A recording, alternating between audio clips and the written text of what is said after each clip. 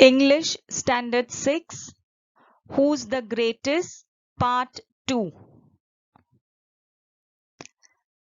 The second story in the chapter Who's the Greatest, we shall first read the story. On another occasion, Akbar was relaxing with some of his courtiers. A few of them thought this was a good opportunity to shower praise on the emperor and get some favors from him. They began to compete with each other in praising Akbar. You are the greatest of the kings. You are the greatest of the kings or emperors that ever lived on the earth. You are the greatest of all the people in heaven or earth. You are as great as God Almighty. You are greater than the God Almighty. Now Akbar was no fool. He did not care for false praise. He stopped the courtiers and asked, "Do you all believe so?" "Yes," they answered in one voice. "All right, then prove it to me.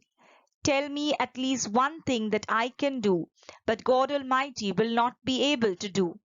Otherwise, you will all incur our royal displeasure. You have till tomorrow morning to prove it." Akbar then left the place without another look at the courtiers. They were in a proper fix. They thought and thought, but couldn't think of any such thing. In the end, they went to Birbal. When Birbal heard their story, he told them not to worry.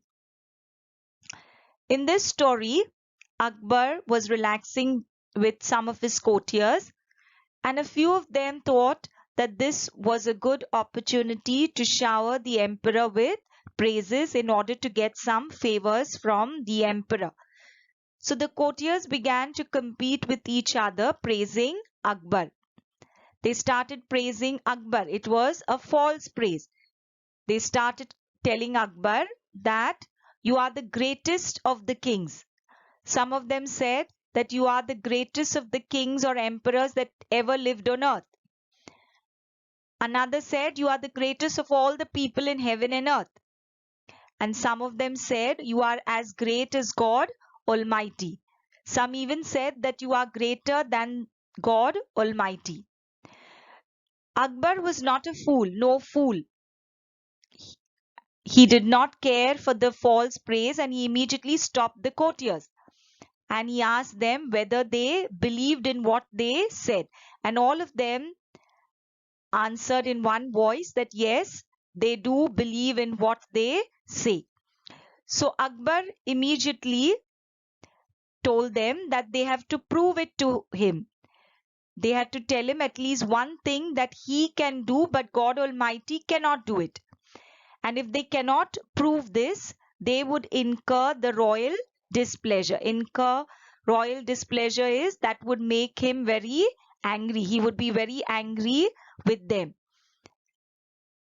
He told them that they have to prove this till the next morning. Akbar left the place without looking back at the courtiers. Now the courtiers were in a proper fix. In a proper fix here means in a difficult situation. They began to think about such a thing as to one thing that the emperor could do and God Almighty cannot do. So they thought and thought over it. No ideas started coming to their mind, and they finally went to Birbal. When Birbal heard their story, he told them that they haven't to worry.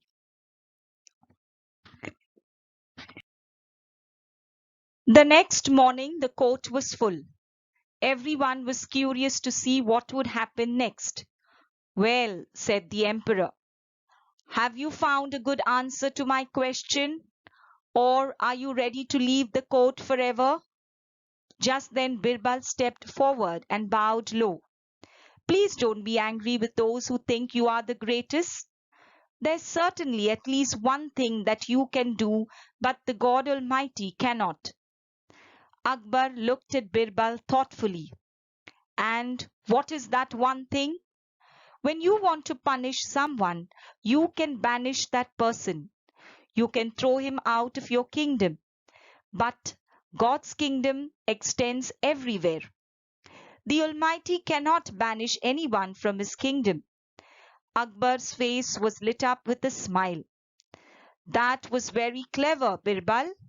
While showing how I have an advantage, you have also shown that God is greater.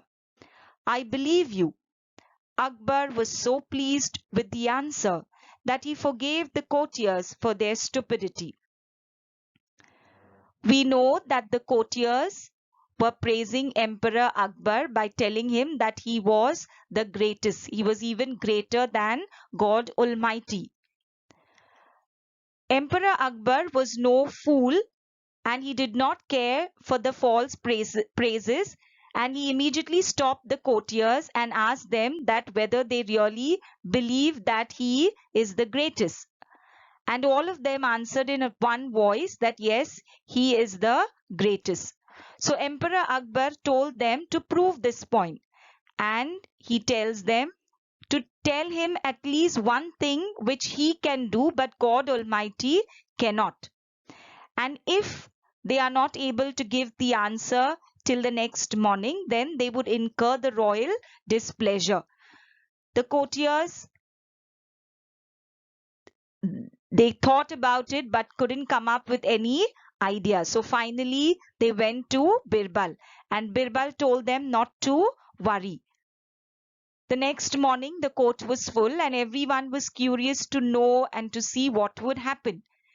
The emperor took his seat and he asked the courtiers whether they have found a good answer to his question.